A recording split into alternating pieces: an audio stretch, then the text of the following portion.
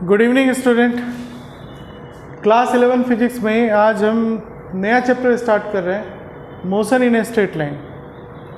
Motion in a straight line ये NCERT का third chapter है और आपके सिलेबस का काफ़ी इंपॉर्टेंट टॉपिक है।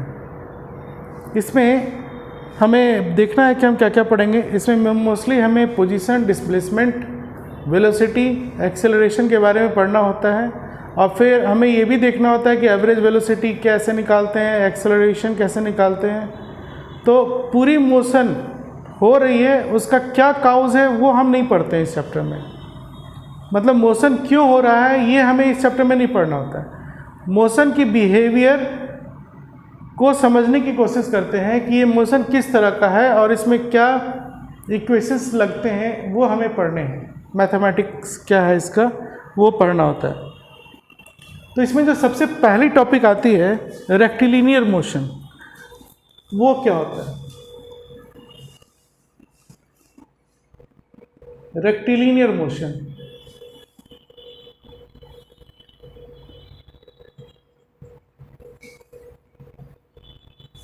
मतलब जब बॉडी आपकी एक स्ट्रेट लाइन में चलेगी तो ऐसे मोशन को ही हम रेक्टिलिनियर मोशन कहते हैं। जब बॉडी या पार्टिकल या कोई भी ऑब्जेक्ट, देखिए फिजिक्स में तीन चीज़ यूज़ की जाती है, ऑब्जेक्ट, पॉइंट ऑब्जेक्ट, बॉडी। जब ये स्ट्रेट लाइन में चलेगी तो ऐसे मोशन को हम कहते हैं rectilinear motion.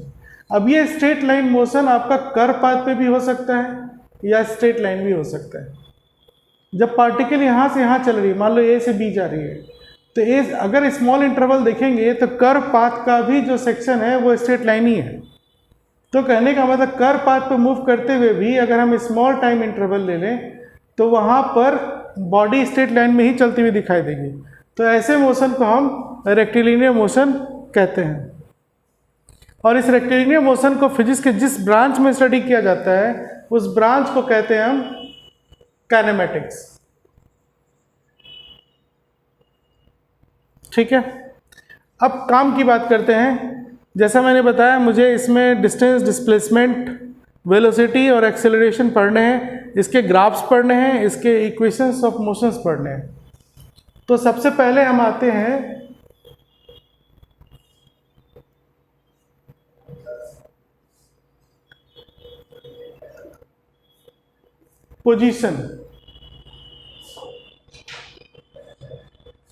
Position of a particle और बॉडी और ऑब्जेक्ट। ये क्या होता है? इसे समझने के लिए हम एक कार्टेशियन फ्रेम ऑफ रेफरेंस बना लेते हैं। जैसे ये एक्स एक्सिस है और ये वाई एक्सिस है। अब मान लो कोई बॉडी जो है अभी यहाँ पर है, इस जगह पी पॉइंट पे। ठीक है, तो हमारी जो आईज है, जो ऑब्जर्वर होता है वो ओरिजिन पॉइंट हो गया है। और ठीक है, मतलब जो देख रहा है इस पार्टिकल को वो यहाँ पर है, मतलब हमारी आंखें यहाँ पर है, यही ओरिजिन है। तो हम यहाँ से इसका जो शॉर्टेस्ट डिस्टेंस देखेंगे, एक वेक्टर नजर आएगा, यही है आपका पोजीशन ऑफ पार्टिकल पी। तो पोजीशन ऑफ पार्टिकल और बॉडी और ऑब्जेक्ट, मान लो यहाँ पे एक बॉडी है जिसका मास है m और इस पॉइंट से देखने पर मुझे इसका पोजीशन दिख रहा है वेक्टर OP और इसी को हम लोग वेक्टर R से भी रिप्रेजेंट करते हैं। ठीक है, अब मान लीजिए ये पोजीशन यहाँ से इसकी या तो ये रेस्ट में है तो ये पोजीशन चेंज नहीं होगा, और अगर ये मोशन में है तो हो सकता है इसकी पोजीशन P से P' हो जाए। तो अब इसकी पोजीशन चेंज हो गई तो फिर हमारा ऑब्जर्वर क्या बताएगा, यहाँ से इसकी पोजीशन चेंज हो गई। तो मान लो ये इनिशियल पोजीशन है और ये क्या है आपके final position. Initial position RI, final position RF। तो हम लिख सकते हैं initial position vector is OP vector and final position vector is OP' vector. ठीक है, तो ये दोनों डिफरेंट टाइम पे, हम ऐसे भी कह सकते हैं कि ये पोजीशन एट t = 0 हुआ और ये पोजीशन मान लो ये t = 0 की पोजीशन है और फिर t is equal to t पर हमारी पोजीशन चेंज हो गई p डैश पे। तो ये t is equal to t dash time पर ये पोजीशन है। तो टाइम चेंज होने से पोजीशन चेंज हो गई, तो हम क्या कहेंगे, बॉडी मोशन में है। और अगर टाइम चेंज हो रहा है, बॉडी की पोजीशन चेंज नहीं हो रही है, मान लो body t is equal to 0 पर p पर थी और टाइम चेंज हुआ, इसका पोजीशन चेंज नहीं हुआ, वो p पर ही है, तो हम कहेंगे बॉडी रेस्ट पर है। तो यहाँ से हमें दो कंसेप्ट देखने को मिलता है, एक हो गया आपका रेस्ट एंड दूसरा motion.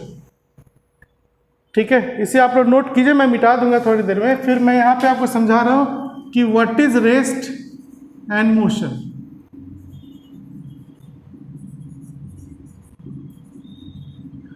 Rest and motion are purely relative terms. Relative term कहने का मतलब ये हो जाता है कि अगर आप किसी चीज को कह रहे हो कि ये रेस्ट पर है, मान लो ये कोई फुटबॉल है जो ग्राउंड पे रखी हुई है ना, ये ग्राउंड है और ये कोई बॉल है, ये रखा हुआ है, इसके साथ कोई प्ले नहीं कर रहा है। तो जब ग्राउंड में कोई बॉल रखा हुआ है और टाइम हम देख रहे हैं पास हो रहा है, मैंने ऑब्जर्व करना शुरू किया, हम देख रहे हैं कि इसकी बॉल की पोजीशन चेंज नहीं हो रही है।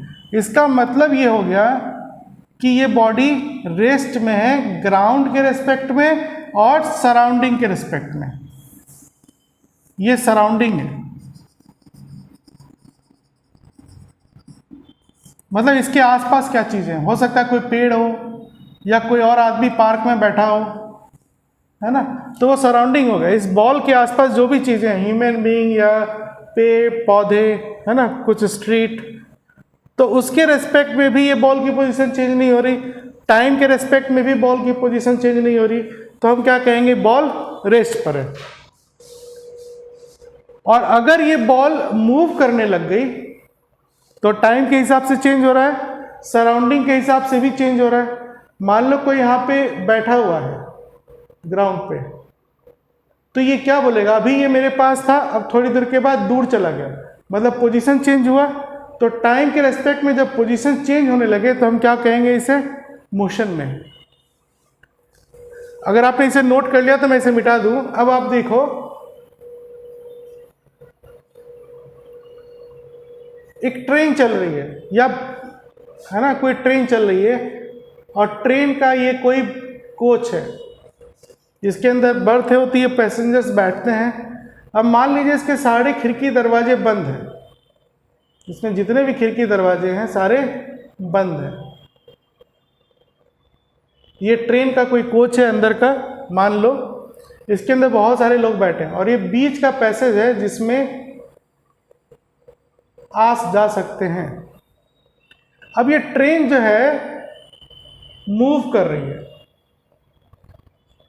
ट्रेन मोशन में है विथ रिस्पेक्ट टू ग्राउंड, तो हम कहेंगे कि this train is moving with respect to ground, क्योंकि ये कंटिन्यूअसली चल रही है हाई स्पीड से। लेकिन अब हम बाहर तो देख नहीं सकते, अंदर में कोई बैठा है, मान लीजिए यहाँ पे कोई बैठा हुआ है,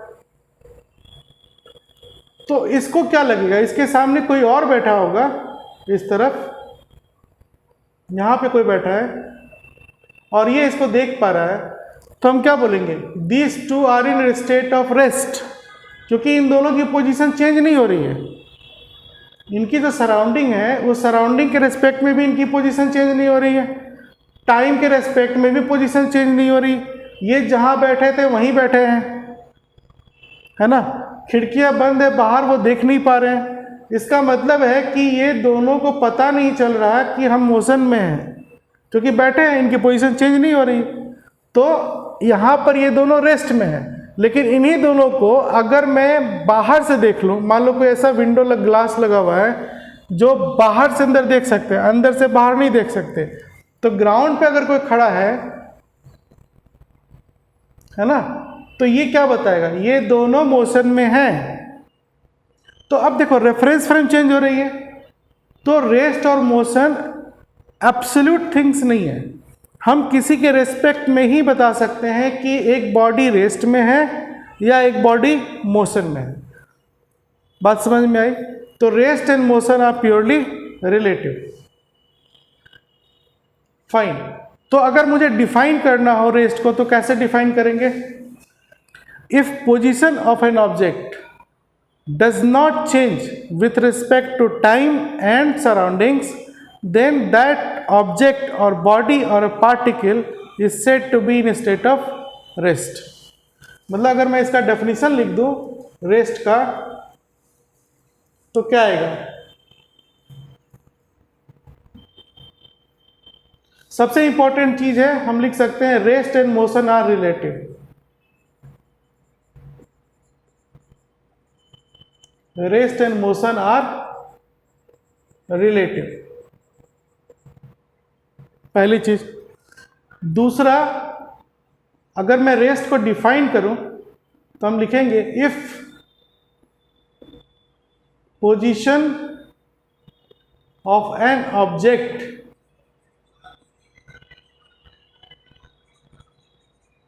does not change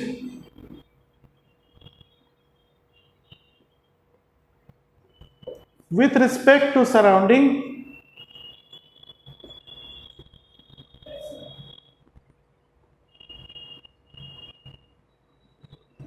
and time,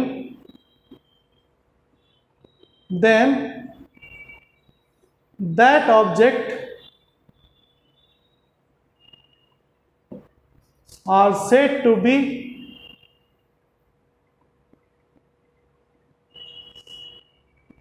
in a state of rest।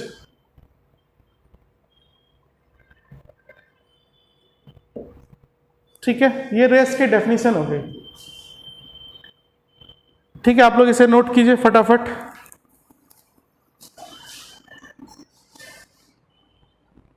Sir camera rotate करिए ना।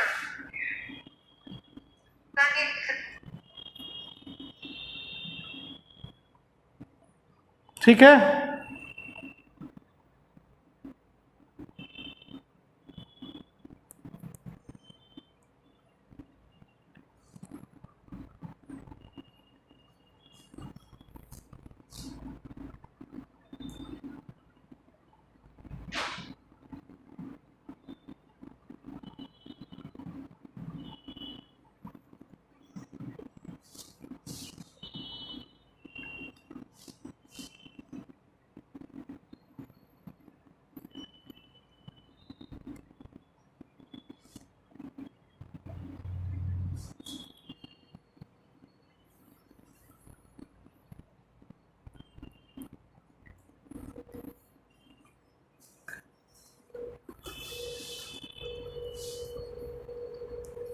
देखो मैं पढ़ रहा हूं, आप इसको नोट करो।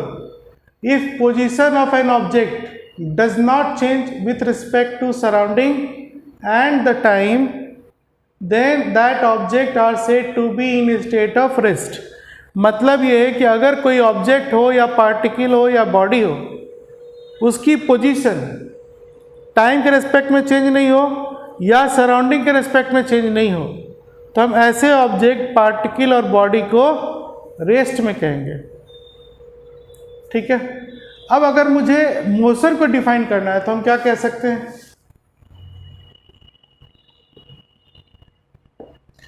मोशन में क्या होगा? Position of object changes. तो if position of an object changes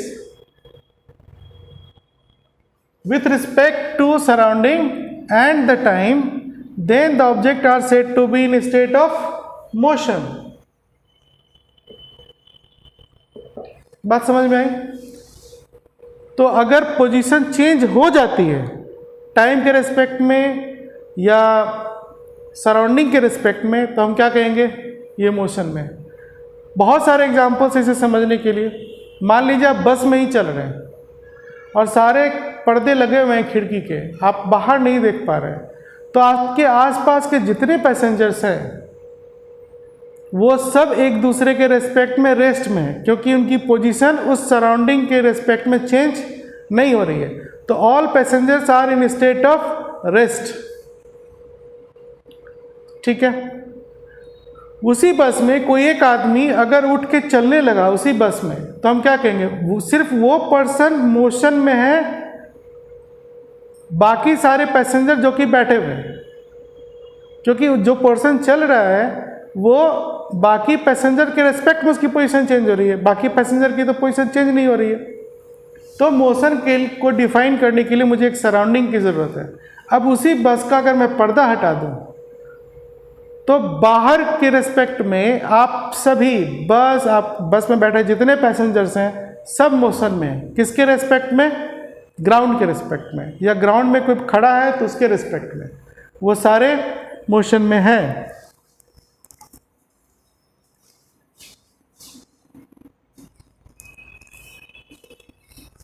So that's why we can say rest and motion are relative terms. Relative terms. ठीक है, आपको इतनी बातें समझ में आ गई। अब हम चलते हैं डिस्टेंस एंड डिस्प्लेसमेंट, वो क्या होता है?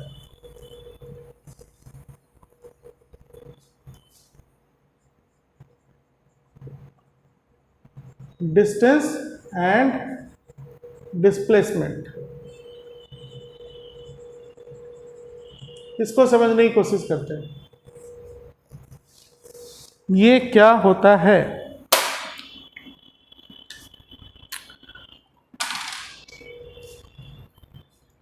मान लो ये आपका रांची है, ठीक है, और इधर आपका पटना शहर है। दोनों काफी दूर हैं। अब यहां से यहां जाने के बहुत सारे रास्ते हो सकते हैं। एक तो मैं या कोई भी ऑटोमोबाइल लेके जाए। ऑटोमोबाइल जाने का मतलब कोई बाइक से जा सकता है, कोई साइकिल से जा सकता है, कोई पैदल भी जा सकता है, कोई कार से जा सकता है, कोई ट्रक से जा सकता है, कोई बस से जा सकता है। तो ये जितने भी मोड हैं ये सब चलने के लिए आपको एक रोड चाहिए। रोड को तो आप चेंज कर नहीं सकते। हो सकता है रोड जो है मैप पे अगर हम देखें, यहाँ पे रांची है और यहाँ पे पटना है, तो एक सीधी रोड कभी आपको नहीं मिलेगी। रांची से पटना जाने के लिए बिल्कुल सीधी रोड एक ही डायरेक्शन में नहीं होती है। तो रोड होगी कैसे? वो जिग जैग पाथ का होगा। कभी ऐसे चले, फिर ऐसे चले गए, फिर ऐसे आए, ऐसे गए, कुछ ऐसा होगा। एक शॉर्ट एग्जांपल मान लो, तो हम रांची से पटना ऐसे गए, है ना? तो इस चीज में देखिए, अब ये रोड है, अब जिसको जाना है वो इसी रोड को फॉलो करेगा। इस रोड के आसपास जंगल होगा, उधर कोई क्यों जाएगा? फिर तो ये भटक जाएगा, पटना नहीं पहुंच पाएगा। अब रांची से पटना जाना है, तो जो भी पर्सन है ऑटोमोबाइल से जा रहा है, ठीक है, या ट्रेन ही चल रही, तो हो सकता है ट्रेन का ये पाथ हो, बस का ये पाथ हो, कार का ये पाथ हो, रोड पे ही चलना है ऐसे। ट्रेन के लिए पटरी इस तरह से बिछी हुई हो, तो मैक्सिमम ट्रेन की पटरियाँ जो होती है वो रोड के किनारे किनारे ही होती है या थोड़े डिस्टेंस पे होती है मैक्सिमम जगहों पे। तो एक ट्रैक है जिसके ऊपर चलना है, तो वो चलेगा। मान लो ये पॉइंट हो गया ए, और रांची है, यहाँ से चलना शुरू किया, पटना पहुँचा, तो वो सिंपली इस पाथ को फॉलो करेगा। इसमें कोई डायरेक्शन इन्वॉल्व नहीं है, वो सिर्फ इस पाथ को फॉलो करता जाएगा और पटना पहुँच जाएगा कुछ टाइम में। हो सकता है 12 घंटे में पहुँच जाए। तो सिर्फ पाथ पहुँचना है। या मान लीजिए जसपुर से रायपुर जाना है, इस तरह का पाथ है, तो जो रोड की लेंथ होगी, है ना, वो रास्ते की लंबाई कहलाई। तो डिस्टेंस को हम क्या कहेंगे? इसमें कोई डायरेक्शन इन्वॉल्व नहीं है। आपको एक डिजाइन ट्रैक दे दिया और आप उसी पे चल रहे हैं, तो हम कहेंगे it is simply the length of path. It is length of path. जो रास्ते की लंबाई होगी वही डिस्टेंस होगा। और जो मैंने यहाँ पे एरो बनाया, ये समझाने के लिए बनाया था, इसमें एरो लगाने की ज़रूरत नहीं है। ये पाथ है आपका, यहाँ से इसमें कोई स्पेसिफिक डायरेक्शन नहीं है। It has no specific direction.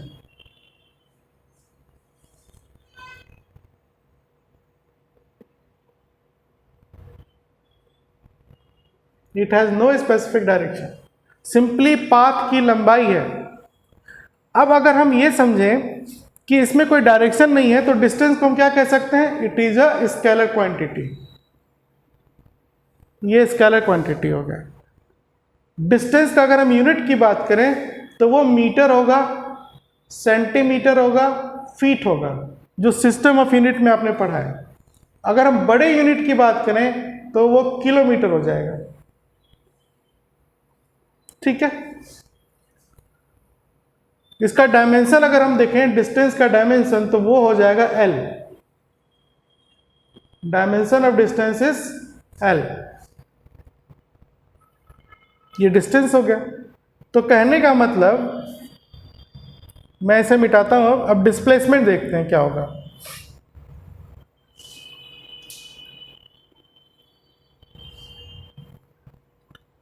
अब मान लीजिए आपको बाय प्लेन जाना है, तो ये बताओ क्या प्लेन को जरूरत पड़ी है? प्लेन इस तरह से जा सकता है क्या? उसको इस तरह से फ्लाई करने की क्या जरूरत है? उसके तो एयर रूट लेना है। तो एयर रूट शॉर्टेस्ट रूट होता है, मतलब जहां से चलना है, जहां जाना है, उसके बीच में शॉर्टेस्ट रूट क्या होगा? शॉर्टेस्ट रूट यही होगा कि इन दोनों की पोजीशन को मिलाने वाली स्ट्रेट लाइन। मतलब मैं यहां से यहां इसको सीधा एक वेक्टर से मिला दूं, ये एयर का शॉर्टेस्ट पाथ हो गया।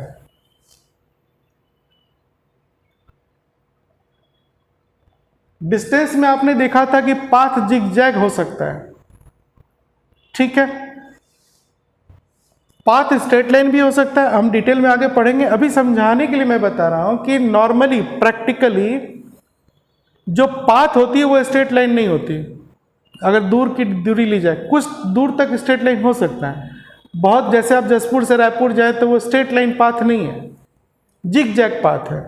तो वहाँ पाथ की सिर्फ लंबाई, हम सिर्फ पाथ के ऊपर चलते चले गए, वो हो गया डिस्टेंस। लेकिन अगर मुझे प्लेन से जाना है तो हम उसी जिग जैग पाथ से नहीं जाएंगे, हमें शॉर्टेस्ट पाथ चाहिए। उस शॉर्टेस्ट पाथ में इस इनिशियल पॉइंट से फाइनल पॉइंट चले जाएंगे। तो शॉर्टेस्ट पाथ में दो चीज इन्वॉल्व होती है। सबसे पहला इनिशियल पॉइंट और फाइनल पॉइंट, ये दो आइडेंटिफाई करने होते हैं कि कहाँ से कहाँ जाना है। इस इनिशियल पॉइंट से फाइनल पॉइंट के बीच में जो शॉर्टेस्ट पाथ होगा वही आपका डिस्प्लेसमेंट कहलाएगा। इसी शॉर्टेस्ट पाथ को हम डिस्प्लेसमेंट कहते हैं। ये वेक्टर क्वांटिटी है क्योंकि इसमें डायरेक्शन इन्वॉल्व होता है। ठीक है, समझ में आ गया? तो डिस्प्लेसमेंट को आप मैथमेटिकली कैसे डिफाइन कर सकते हैं? डिस्प्लेसमेंट इज, अगर मुझे डिस्प्लेसमेंट को डिफाइन करना हुआ तो हम इसके बारे में लिखेंगे the shortest path between initial and final position of a moving object.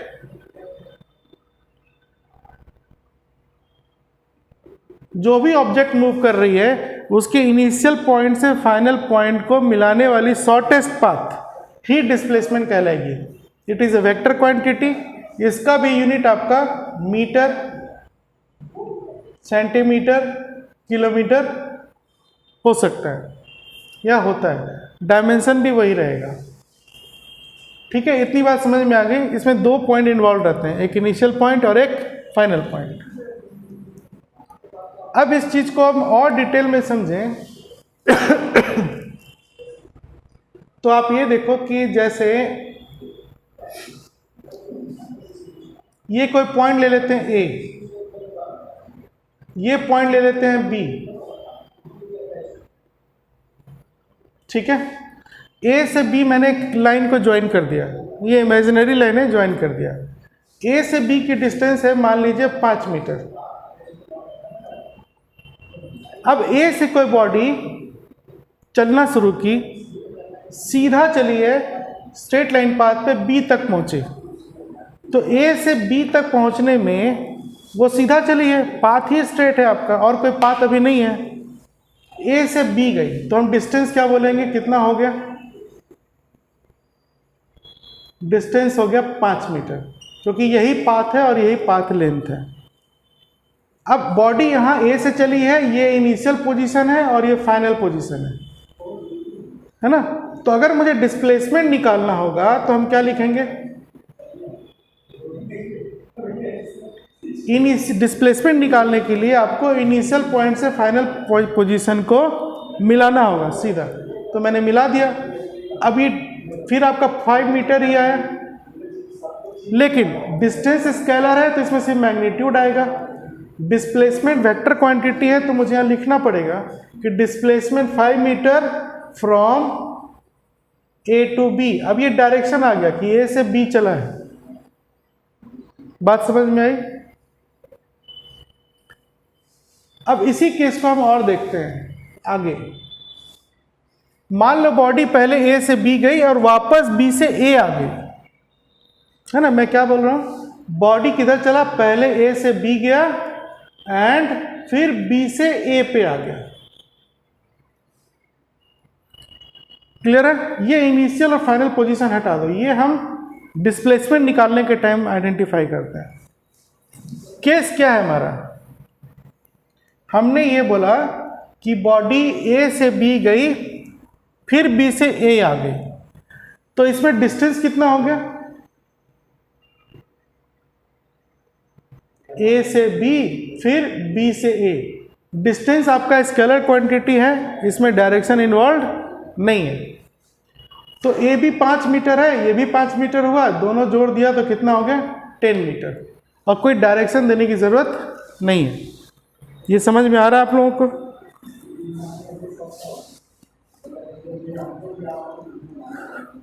अब आप ये देखिए,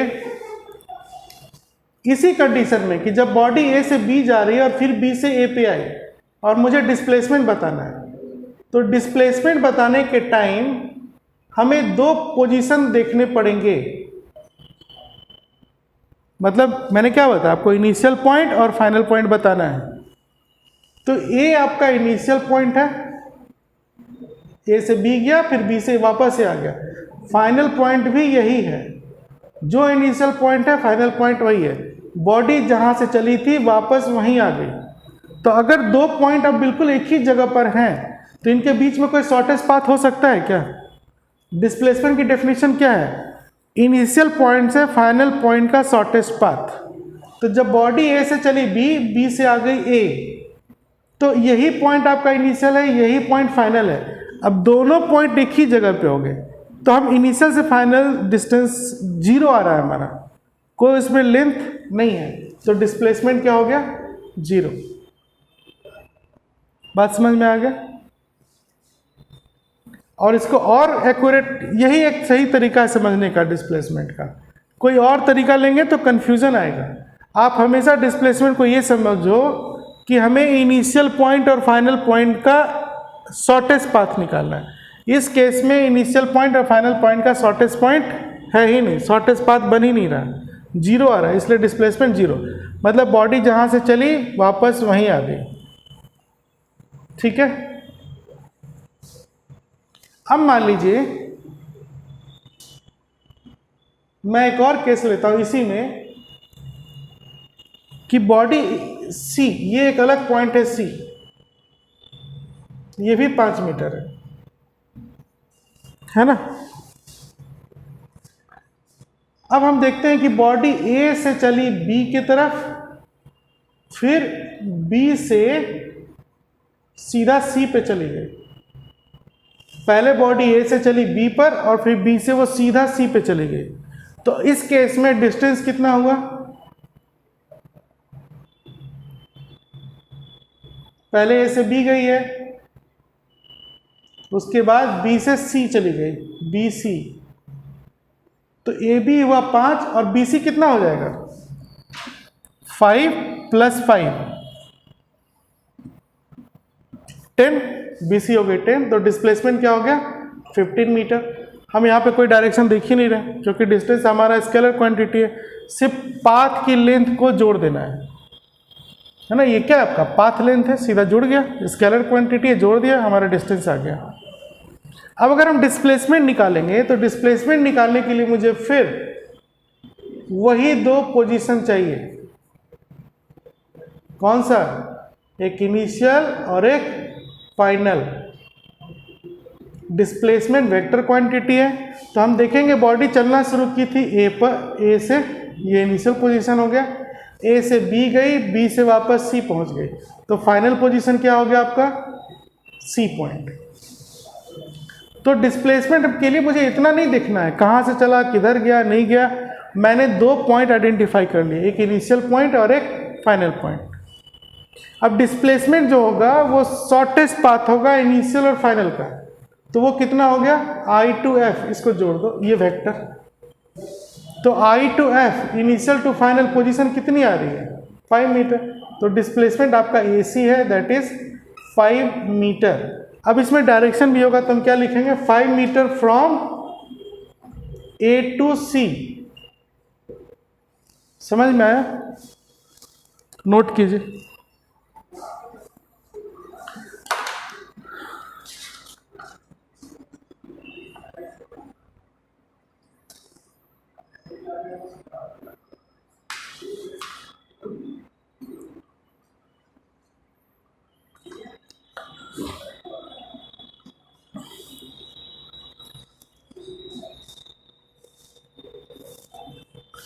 ठीक है, समझ में आ रहा है?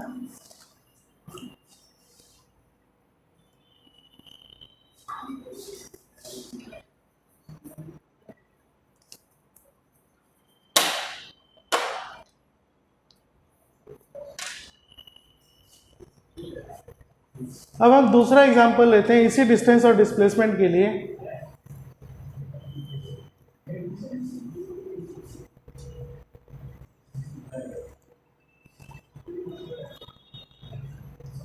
मान लो कोई बॉडी जो है सर्कुलर पाथ पे चल रही है, ये इसका सेंटर है C,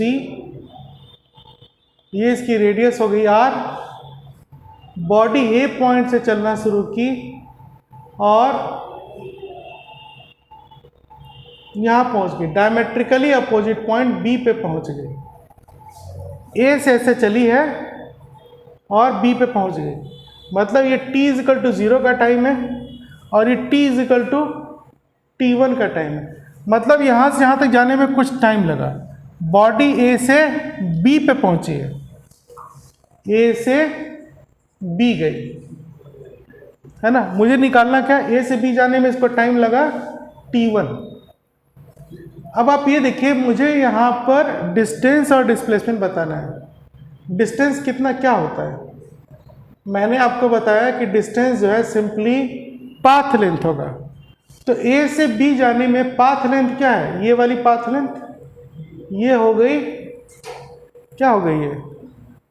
ये दोनों डायमीटर का अपोजिट पॉइंट है ना, डायमेट्रिकल अपोजिट पॉइंट है, मतलब ये सर्किल का आधा है, मतलब आर्क हो गया RKB, या आप ये कह लो कि इसका जो सर्कल का पूरा सरकमफ्रेंस है उसका आधा, तो डिस्टेंस हो गया हाफ सरकमफ्रेंस।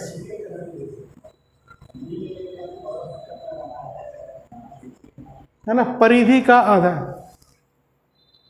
अब सरकमफ्रेंस क्या होता है? पूरा सरकमफ्रेंस क्या होगा? 2πr। ये 2 कट गया तो डिस्टेंस क्या निकला आपका? πr। तो जब बॉडी A से B गई तो ये पाथ लेंथ हो गया हाफ सरकमफ्रेंस, मतलब πr, है ना। कोई डायरेक्शन की जरूरत नहीं है, डिस्टेंस आपका स्केलर क्वांटिटी है। अब मैं डिस्प्लेसमेंट निकालता हूं, ध्यान से देखना डिस्प्लेसमेंट क्या होगा।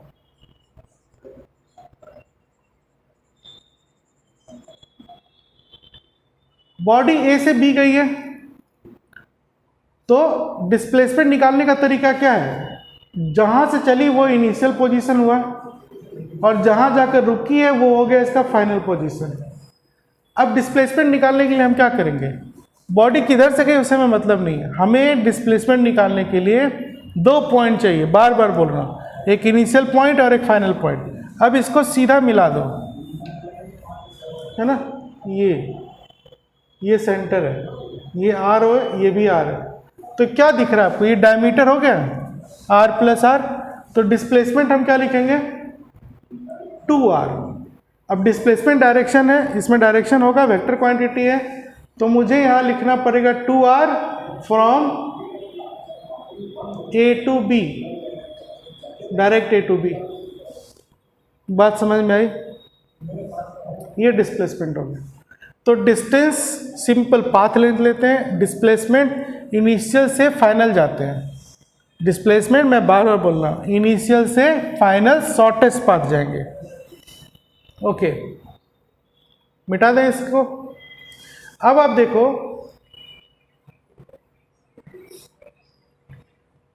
ये इनिशियल फाइनल हटा रहे हैं, यही रेडियस है इसकी। अब मान लीजिए बॉडी ए से चली, बी पे आई और वापस ए पे आ गई, मतलब केस क्या है हमारा, बॉडी ए से चलकर बी गया एंड फिर बी से ए पे आ गया, ए से चली, बी होते हुए वापस ए पे आ गई। अब डिस्टेंस क्या होगा,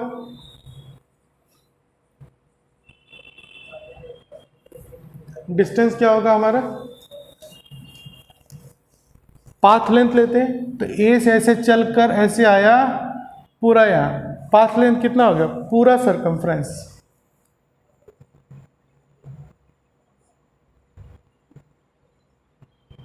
और सरकमफ्रेंस क्या होता है, 2πr। तो इस केस में जब बॉडी ए से चलती हुई वापस ए में पहुंच जाएगी, तो डिस्टेंस हो गई 2πr। अब मान लो मुझे डिस्प्लेसमेंट निकालना है ना, तो डिस्प्लेसमेंट के लिए हमें क्या करना होगा, एक इनिशियल पॉइंट और एक फाइनल पॉइंट देखना होगा।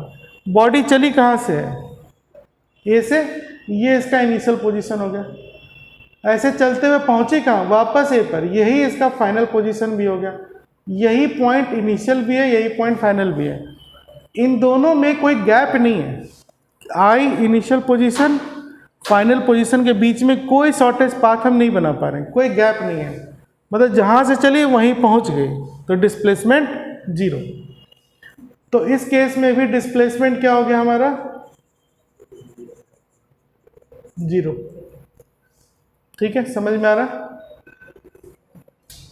नोट करते जाओ।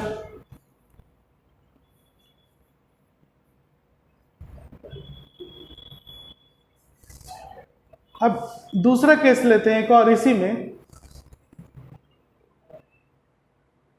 मान लो बॉडी जो है, ये सेंटर है, ए से चलते हुए पी पॉइंट पे पहुंची, जहां पर ये एंगल 90 डिग्री है। मतलब 90 डिग्री बताने से मेरा पर्पस क्या था, कि एक क्वार्टर सर्कल चला है, इस सर्कल में कितने क्वार्टर हो सकते हैं 90 डिग्री पे, 4 क्वार्टर हो सकते हैं, 1 2 3 4। तो बॉडी ए से चल के पी पे पहुंच गई, ए से पी गई, है ना, केस समझ में आ रहा है आपको? तो अब यहां पर डिस्टेंस क्या होगा हमारा, डिस्टेंस हम कहते हैं इस पाथ का लेंथ। तो ये जो आर्क है इसी की लंबाई, मतलब आर्क लेंथ AP, है ना, ये जो AP है इस आर्क का लेंथ, ये चाप की लंबाई कितनी होगी। तो अब आप देखो कि ये कितना होगा, ऐसे ऐसे कितने हो सकते हैं, 4। तो पूरे सरकमफ्रेंस का कितना हो गया, ये 1/4। तो 1/4 ऑफ सरकमफ्रेंस, और सरकमफ्रेंस कितना होता है 2πr। तो A से P जाने में आपका डिस्टेंस निकला πr/2। ठीक है,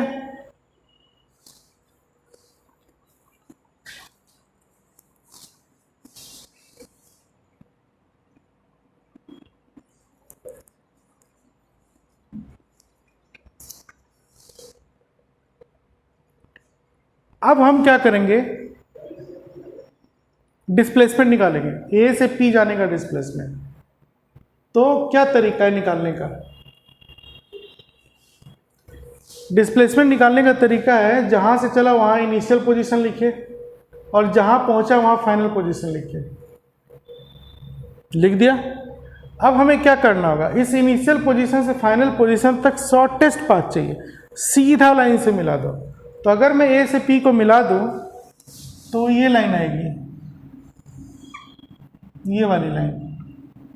तो ये जो हम एरो बना रहे हैं ना, यही, ये आपका डिस्प्लेसमेंट हो गया। ठीक है, तो डिस्प्लेसमेंट इज वेक्टर एपी। ए से पी का ये जो शॉर्टेस्ट पाथ है, ये इनिशियल और फाइनल को मिलाने वाली लाइन, ये डिस्प्लेसमेंट हुआ। और अब इसकी वैल्यू क्या होगी? अगर मैं मैग्नीट्यूड निकालूं तो इस ट्रायंगल में ध्यान दो, ये राइट एंगल ट्रायंगल है ACP, इसमें ये आर है, ये भी रेडियस है। अब ये निकालना है, तो AP क्या हो जाएगा आपका? Under root CA square plus CP square. Pythagoras theorem है ना ये, मतलब H ये हाइपोटेनियस हो गया, ये परपेंडिकुलर है, ये बेस है। तो R square plus R square, हम क्या लिखेंगे? अंडर रूट 2R स्क्वायर, मतलब R रूट 2। ये डिस्प्लेसमेंट हो गया। अब डिस्प्लेसमेंट में मुझे डायरेक्शन भी निकालना पड़ेगा, तो ये डायरेक्शन कितना हो जाएगा? 45 डिग्री। तो मुझे लिखना होगा R root 2 45 degree to P, P की तरफ 45 डिग्री। ठीक है, ये डिस्प्लेसमेंट हुआ। तो डिस्प्लेसमेंट में मैग्नीट्यूड भी होगा और डायरेक्शन भी होगा, और ये इनिशियल से फाइनल पोजीशन को मिलाने वाली लाइन होगी। बात समझ में आ गया? तो इस केस में हम कहीं भी कुछ भी होगा तो हम निकाल सकते हैं। मान लो पार्टिकल यहाँ पे निकालना हो, तो यहाँ पे डिस्प्लेसमेंट कैसे आएगा? ए से पी आएगा, यहाँ मान लो क्यू डाल देते हैं, तो मैग्नीट्यूड यही रहेगी और डायरेक्शन बदल जाएगा। पहले ये डायरेक्शन इस तरफ है, अब डायरेक्शन इस तरफ आएगा। तो इस तरह के केसेस में आप डिस्टेंस और डिस्प्लेसमेंट निकाल सकते हैं। अब एक इंपॉर्टेंट बात क्या निकली आपने डिस्टेंस और डिस्प्लेसमेंट से क्या पढ़ा? कि डिस्प्लेसमेंट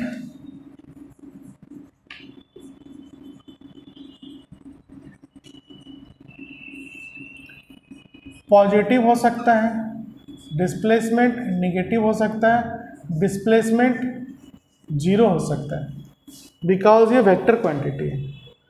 लेकिन अगर मैं डिस्टेंस की बात करूं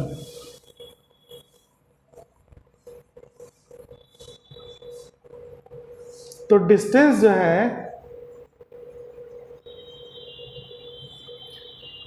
हमेशा पॉजिटिव होगा, क्योंकि ये स्केलर क्वांटिटी है। ये वेक्टर है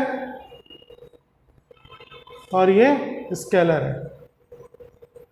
डिस्टेंस हमेशा पॉजिटिव होगा, ये कभी भी नेगेटिव नहीं होगा, कभी भी जीरो नहीं होगा, क्योंकि कुछ ना कुछ तो आप चलोगे ना। तो डिस्टेंस जीरो कैसे हो सकता है? तो डिस्टेंस हमेशा पाथ ऑफ लेंथ है, लेंथ ऑफ पाथ है, हमेशा पॉजिटिव होगा। डिस्प्लेसमेंट पॉजिटिव नेगेटिव जीरो हो सकता है, वो वेक्टर क्वांटिटी है, उसके साथ डायरेक्शन भी एसोसिएटेड है, ये स्केलर क्वांटिटी है। ठीक है, फिर आगे चलते हैं, इसको नोट कीजिए।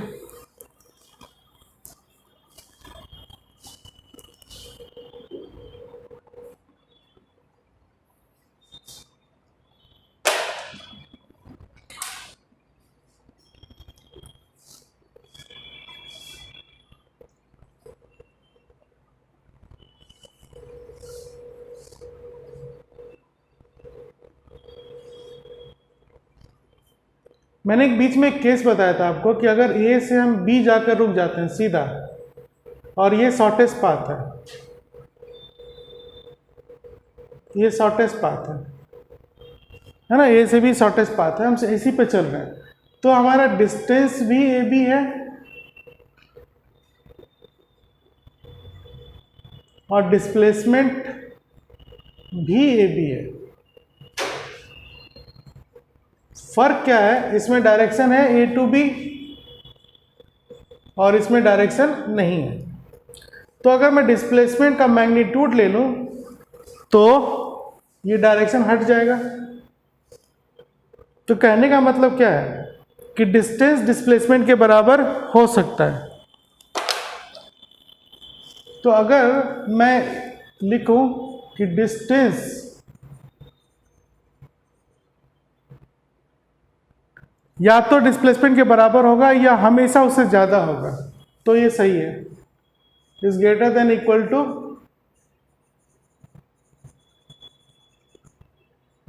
मॉड ऑफ डिस्प्लेसमेंट, है ना। डिस्प्लेसमेंट वेक्टर है इसलिए मुझे मॉड लेना पड़ रहा है, इसका मैग्नीट्यूड से रिलेट करेंगे। तो डिस्टेंस डिस्प्लेसमेंट के मैग्नीट्यूड से बराबर हो सकती है या उससे ज़्यादा हो सकता है। तो यहां से मुझे एक रेशियो देखने को मिलेगा, क्या, इसको मिटा देते हैं।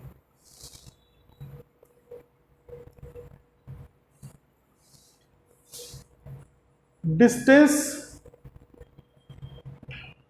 Divide by mod of displacement,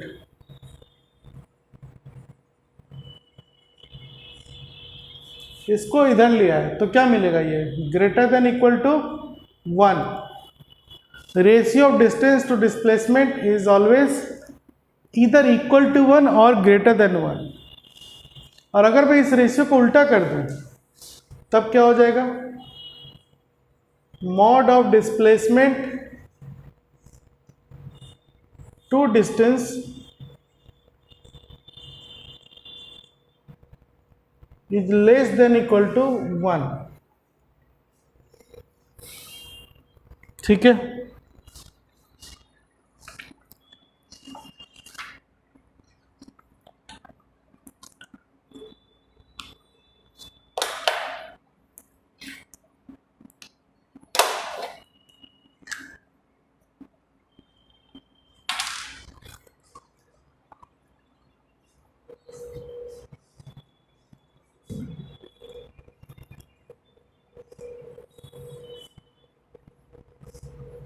अब अगर मैं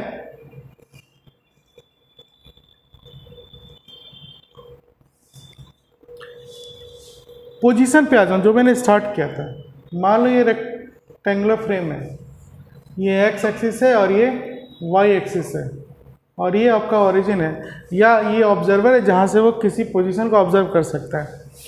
मान लो बॉडी यहां पर है ए पॉइंट पर और ए पॉइंट पर जब है तो ऑब्जर्वर को इसकी पोजीशन आर आई लग रही है, इनिशियल पोजीशन। तो ये जो पोजीशन वेक्टर है ये डिस्टेंस नहीं हुआ, ये डिस्प्लेसमेंट है। तो यहां पर हम पोजीशन वेक्टर को ही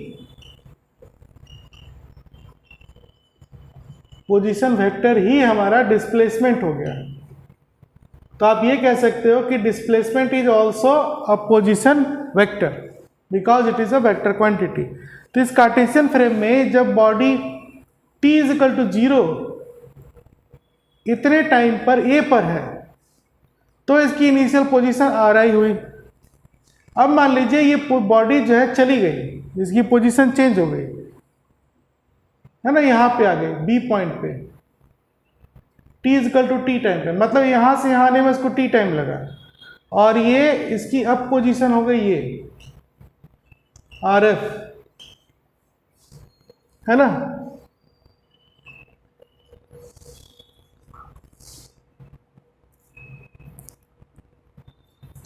तो हम क्या लिखेंगे, बॉडी मूव्स फ्रॉम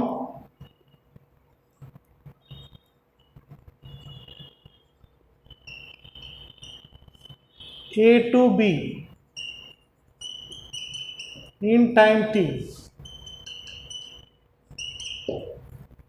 ठीक है, body moves from A to B in time t।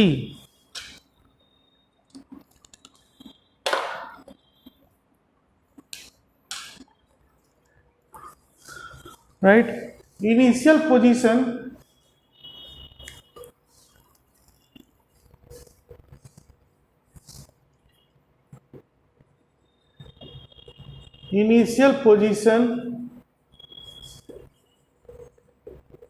of body is equal to क्या है, वेक्टर OA, और इसी को हम लोग क्या लिखेंगे, इनिशियल पोजीशन वेक्टर RI। ठीक है, उसी तरह से हम क्या लिख सकते हैं, final position of body is equal to OB vector, और ये क्या हो गया, RF। मतलब किसी ऑब्जर्वर के रिस्पेक्ट में किसी बॉडी का जब वो A से B जा रहा है तो इसकी पोजीशन किसके रिस्पेक्ट में चेंज हुई है, O के रिस्पेक्ट में। तो जब A की पोजीशन O के रिस्पेक्ट में चेंज हुई, A से B चली गई, तो A की इनिशियल पोजीशन थी इसके रिस्पेक्ट में RI, और इसकी पोजीशन हो गई RF। ये इनिशियल और ये final.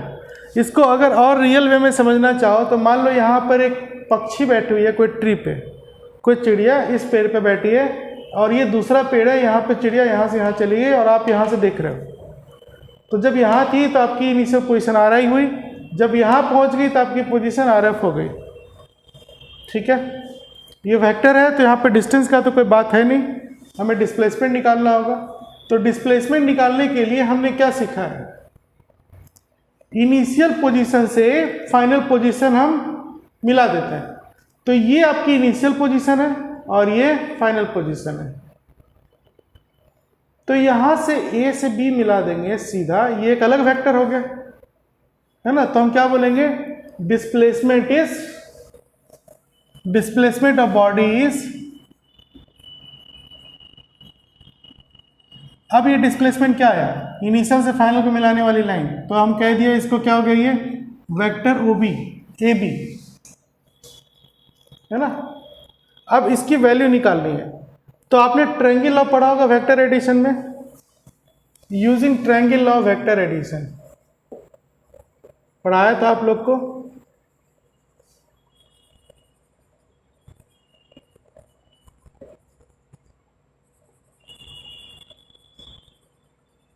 Using triangle law of vector addition, इसमें क्या है, वो था क्या, जैसे मान लो ये कोई वेक्टर है, ये दूसरा वेक्टर है, ये वेक्टर A है, ये वेक्टर B है। तो कैसे है, यहाँ पे हेड है एक वेक्टर का, यहाँ पे टेल है, तो इन दोनों का एडिशन क्या होता है, या रिजल्टेंट इनिशियल से फाइनल को मिला देते हैं, और ये वेक्टर हो गया C। तो हम क्या लिखते हैं, C is equal to A plus B vector. तो इसमें हमें ये देखना पड़ता है कि हेड टेल कहाँ मिल रहा है। तो तीन वेक्टर हैं यहाँ पर, हेड और टेल यहाँ मिल रहा है, यहाँ नहीं मिल रहा, यहाँ भी नहीं मिल रहा, हेड और टेल यहीं मिल रही है, एक वेक्टर का हेड एक वेक्टर का टेल यहाँ पे मिल रहा है। तो हम क्या लिखेंगे, RI plus AB vector is equal to RF vector. तो हमारा जो नोटेशन होगा हेड टेल पे लिखना होगा RI vector plus AB vector is equal to, ये क्या हो गया आपका RF वेक्टर। यही ट्रायंगल लॉ से हमने लिखा। अब यहाँ पे हमारा डिस्प्लेसमेंट क्या निकल के आया, ये RI इस तरफ आ जाएगी, तो RF vector minus RI vector. AB displacement है, RF फाइनल पोजीशन है और RI इनिशियल पोजीशन है। तो हम यहां से क्या कह सकते हैं, displacement is change in position,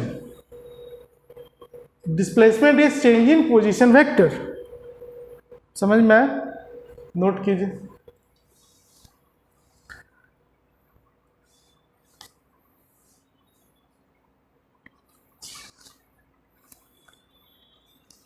आपको आपके पास जो एनसीईआरटी है जो शेयर की गई है हिंदी और इंग्लिश दोनों में, आप उसमें इस चैप्टर को पढ़ना, स्टार्टिंग में यही सब है, वर्ड बाय वर्ड पढ़ो, आपको समझ में आने लग जाएगा।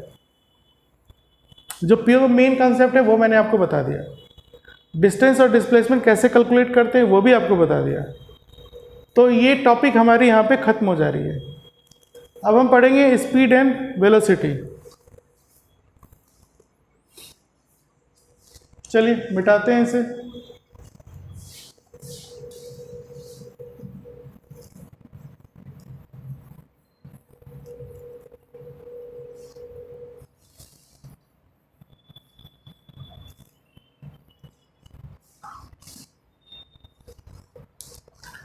Speed and velocity.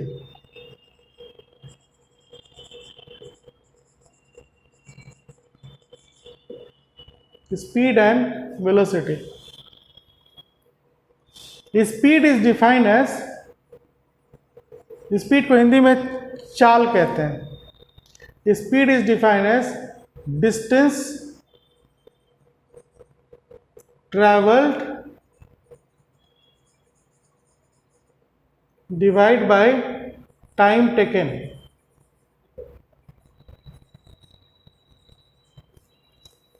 Speed equals to distance travelled divide by time taken, यही आपका स्पीड है। अब डिस्टेंस स्केलर क्वांटिटी है, टाइम हमेशा स्केलर ही होता है, तो ये स्पीड क्या निकला आपका? Scalar. So speed is scalar.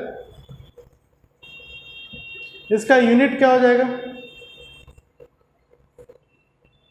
Metre पर सेकंड या फिर किलोमीटर पर आवर। ये दो होता, आपने 9th क्लास में पढ़ा होगा कैसे करते हैं, ठीक है। किलोमीटर पर आवर, अगर मान लो मुझे इसको मीटर पर सेकंड में बदलना है तो क्या करेंगे? 1 किलोमीटर में कितना मीटर होता है और 1 आवर में कितना? 3600 सेकेंड होता है। सॉल्व करोगे तो ये हो जाएगा 5/18, है ना, 5/18। और ये क्या निकल के आया आपका? मीटर पर सेकेंड। ये क्या बता रहा है आपको?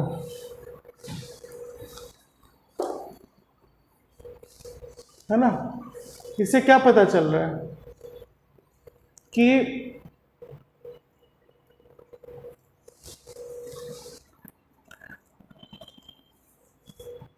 इससे हमें ये पता चल रहा है कि अगर मीटर पर सेकेंड दिया हुआ है और इसमें 5/18 मल्टीप्लाई कर दें तो ये क्या बन जाएगा? किलोमीटर पर आवर, है ना। इससे ये पता चल रहा है। उसी तरह से किलोमीटर पर आवर है और इसमें 18/5 मल्टीप्लाई कर दें, मतलब क्रॉस मल्टीप्लाई कर दो, तो क्या बच जाएगा? ये मीटर पर सेकंड। तो जब आप न्यूमेरिकल बनाएंगे तो ये वैल्यू इस तरह से बदली जा सकती है। किलोमीटर पर आवर है, उसमें 18/5 मल्टीप्लाई करो, मीटर पर सेकंड हो जाएगा। समझ में आया? तो स्पीड था distance by time, speed scalar quantity है। और अब हम पढ़ते हैं वेलोसिटी।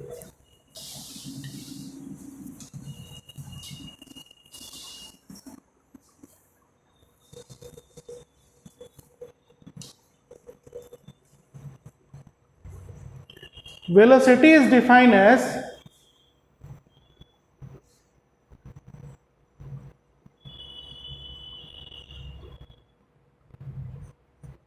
displacement by time.